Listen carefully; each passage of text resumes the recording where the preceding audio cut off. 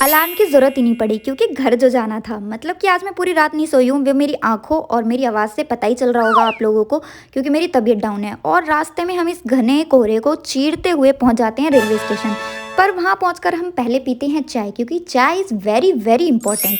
मतलब कि मेरे लिए तो भाई चाय बहुत ज़रूरी है और चाय सच में बहुत टेस्टी थी। और हम मस्ती इसलिए कर रहे हैं क्योंकि हमारी ट्रेन पूरी पौने घंटे डिले थी।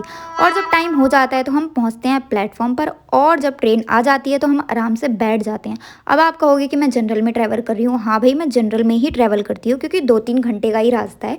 इस वजह से आराम से हम लोग पहुँच जाते हैं। और जब हम पहुँच गए थे तो मैं जाती हूँ पहले मॉल, क्योंकि वीडियोस बनानी थी, और फिर हमने वहाँ पर एक कॉफ़ी पी और कुछ भी नहीं। और फिर मुझे पिज़्ज़ा पैक करवाना था जो कि मैंने बाहर से करवाया है।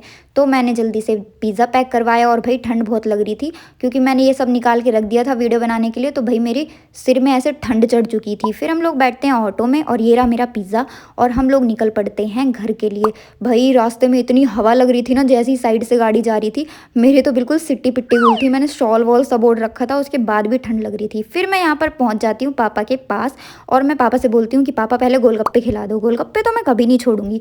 तो पापा मुझे गोलगप्पे खिलाते हैं। फिर मैं जाती हूँ घर पे, और यहाँ पर मैं मिलती हूँ मम्मी से, जो कि मम्मी काम ख़त्म ही कर चुकी थी बिल्कुल अपना। और फिर मैं जब अनिकेत देखता है कि मैं पिज़्ज़ा लेके आई हूँ तो उससे रहा नहीं जाता, वो जल्दी से पिज़्ज़ा खोलता है। और ये लोग स्कूल से टाइम से पहले आ गए थे। भाई मैं घर आ चुकी हूँ और पता नहीं यहाँ पे ही ठंड ज़्यादा है या मुझे ही लग रही है।